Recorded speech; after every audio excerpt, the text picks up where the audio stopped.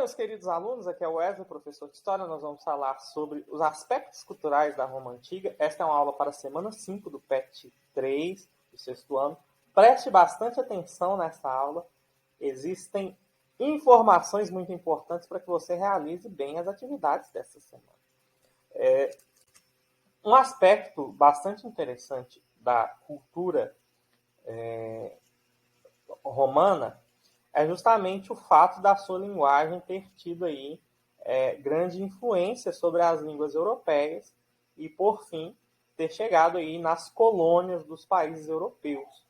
Então, se hoje em dia nós temos aí,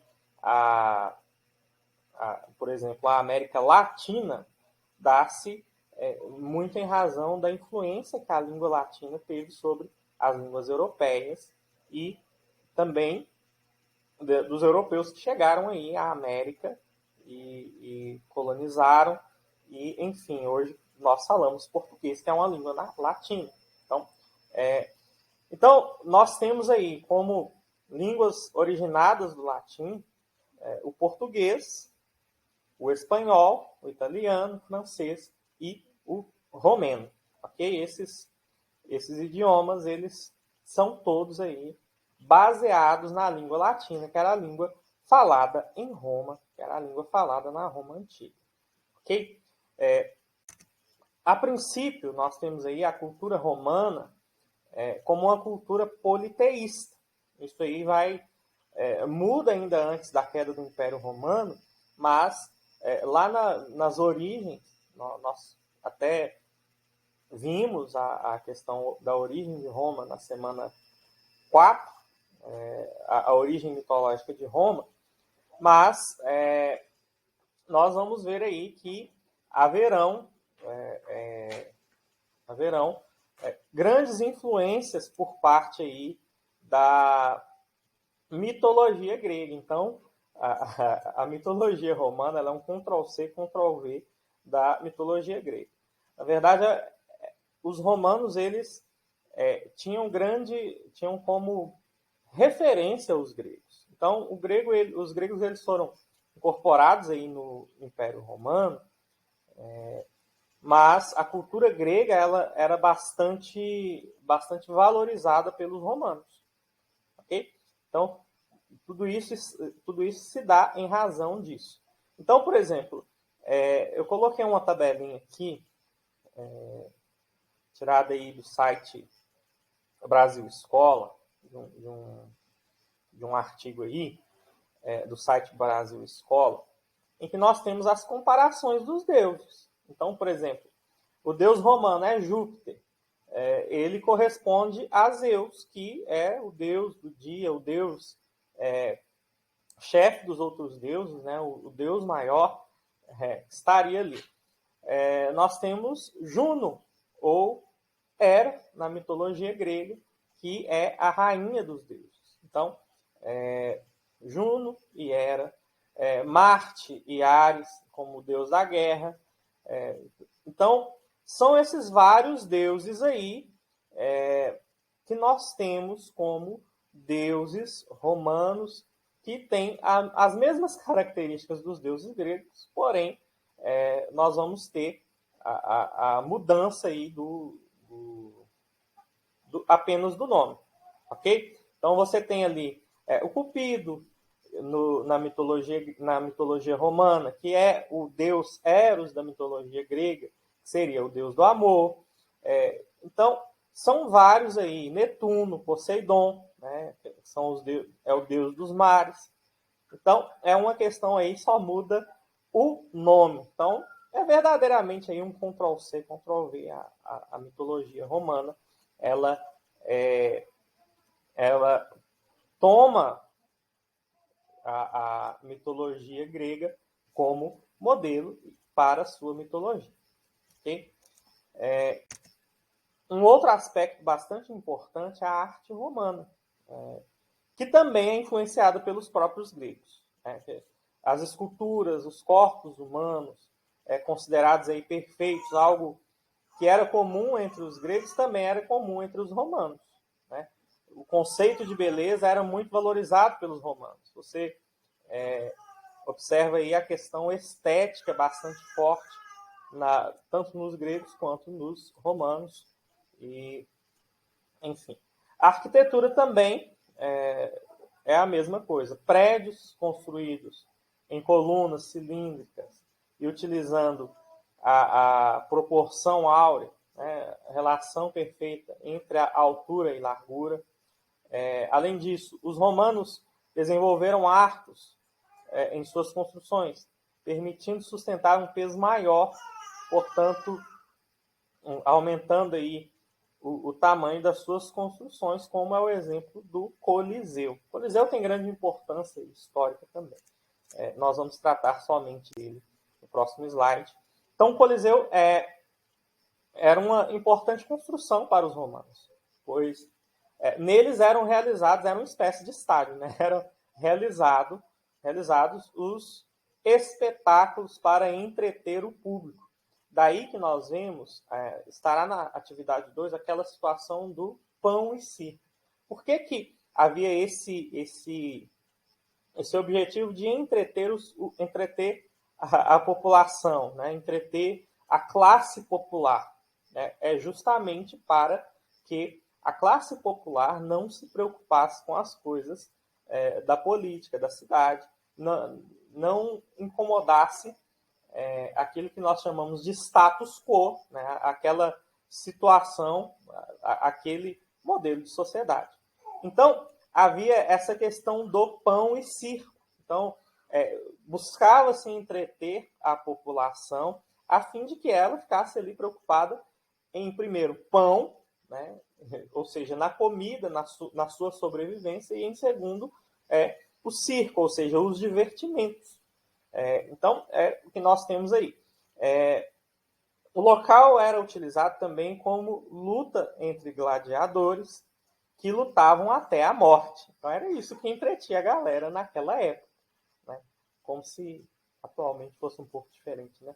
Mas, enfim, durante o crescimento do cristianismo, nós temos aí que os cristãos perseguidos eram levados também para esses espetáculos. Então, os soldados romanos, os soldados do Império, levavam esses povos, esses cristãos, para o martírio, para que fossem mortos aí, devorados por feras. Então, existiu perseguição aos cristãos, existiu aí, nesse momento, um grande número de cristãos que foram perseguidos e mortos aí dentro do Coliseu, comidos por feras, né? Servindo aí de entretenimento para aquela população romana, ok? Só que, e aí nós vamos falar especificamente do cristianismo. Nós temos que o cristianismo ele surgiu no Oriente Médio, na Palestina. Nós temos aí a grande maioria das pessoas hoje professam, né, alguma religião cristã. Então, o cristianismo ele surge na Palestina já, né, num período em que a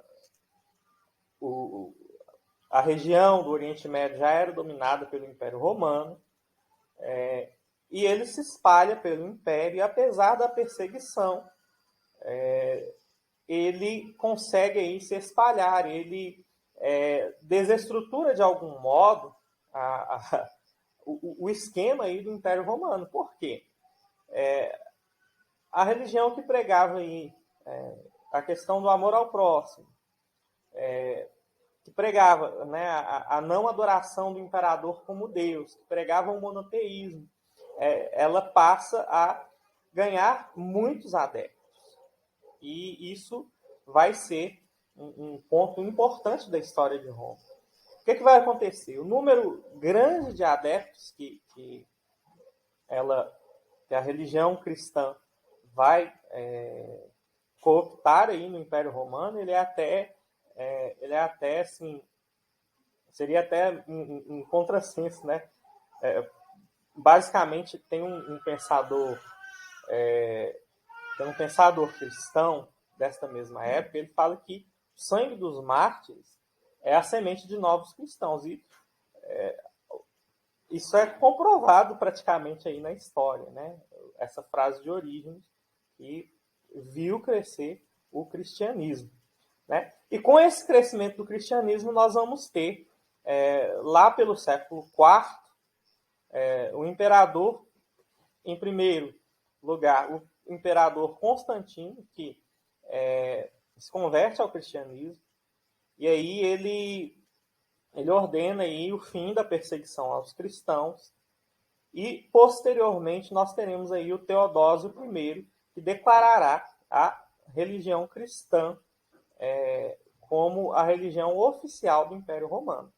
Então, houve esse caminho aí de praticamente aí 3, 4 séculos até que a religião cristã se tornasse a religião oficial. Nós já estamos falando aqui num contexto de crise do Império Romano. Então, a partir do século I, o Império Romano, que o Império Romano começa a ruir, nós vamos ter que o Império vai se dividir em Ocidente e Oriente, e é bastante interessante nós tomarmos essa ideia de Ocidente, ela se origina dessa divisão do Império, e aí nós vamos ter o fortalecimento, né, do cristianismo como a religião dominante aí, a partir do momento em que ela se torna religião oficial do Império Romano. Ok? Nós vamos trazer mais algumas influências importantes do mundo romano para a nossa sociedade, ou para o mundo ocidental de forma geral. São conceitos que futuramente vocês vão aprender. Mas, quando nós falamos em Ocidente, o Brasil ele não está incluído dentro de um conceito ocidental, num sentido mais profundo aí, mais desenvolvido da palavra. Mas isso não é coisa para o sexto ano.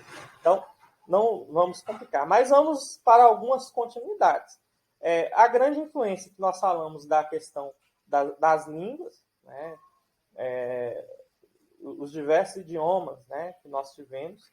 Outra coisa que nós tivemos de importante, as nossas leis, o direito romano, ele influenciou muito as leis em todos os países aí do Ocidente e, consequentemente, influenciou as nossas leis. A religião cristã, né, eu já citei aqui o Orígenes como um grande, como uma pessoa desta época, mas nós temos aí um grande santo aí, né, em questão aí de em questão de importância para a sociedade, que é Santo Agostinho, que viveu também nesse período, e ele ganha grande importância, porque ele toma a filosofia de Platão, né, e já toma um pouco dos gregos, né? Ele toma a filosofia de Platão e cria aí teorias, coisas que vão influenciar toda a Europa no período medieval, toda a religião cristã, influenciará também toda a política medieval e também influenciará bastante, né, o cristianismo futuramente. Então, são coisas que chegam até nós, né? O Santo Agostinho é até comemorado aí no mês de agosto, inclusive. Ok? Outra coisa bastante importante, outra situação bastante importante do Império Romano são os nomes que nós temos aí. Por exemplo, Júlio, se você conhece algum Júlio, Júlio é inspirado num personagem romano. Augusto, né, era a forma que os imperadores eram chamados. Otávio, César, quando, não sei se alguns de vocês é nascido por cesariana, então aquela cirurgia, né, do parto, né, o parto cesariano, inspirado aí em Júlio César, que nasceu de uma forma diferente. Ele nasceu por meio de uma cirurgia, né? E aquilo era uma grande novidade. E ele, sendo imperador, ele coloca, né, coloca o seu nome né, escreve o seu nome aí no próprio nome da cirurgia que nós temos. Por exemplo, também nós vamos ter os nomes dos meses, né? Julho, agosto, setembro, junho, julho, agosto. Então, são nomes aí